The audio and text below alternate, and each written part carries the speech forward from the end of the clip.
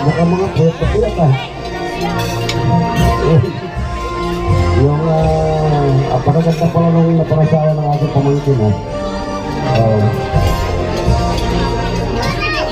Kasya ba? Kasya? Nako.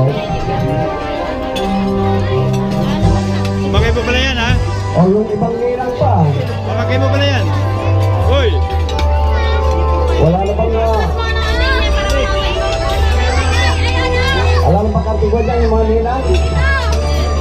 May mga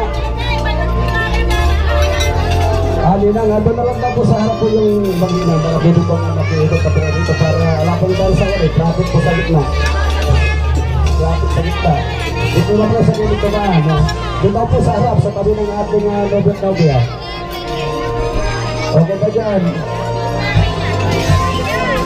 Bita, yung daw ating ninang dyan.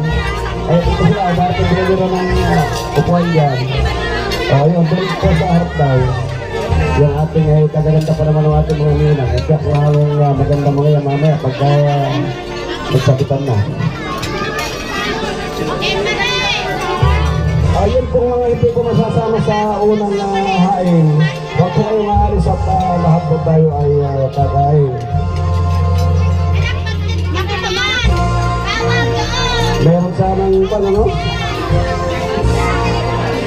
Puro pa sa mesa dadaan, ala dyan sa labas. Ate Tarsita.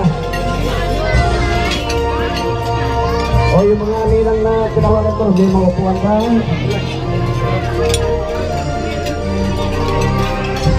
Lupin mo siya katin eh.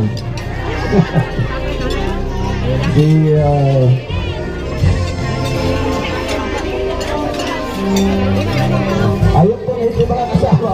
Ito po pala yung mga nagaganda mga abay, oh. Standby na lang kayo. Puno na paper ko eh. Mamaya. Ayun po yung aking ating kulong-kulong ng taon dapat ito mahihi ba ron? Habang alapang dilim dyan. Huwag po kayong sarili humingi na pumanin kasi yung ating pagkailan po ay medyo inapos. Lahat po tayo ay kakain. At maging sa mga pinarito po, huwag po kayong alisan kami ako pagkaraan po nila ay tayo naman.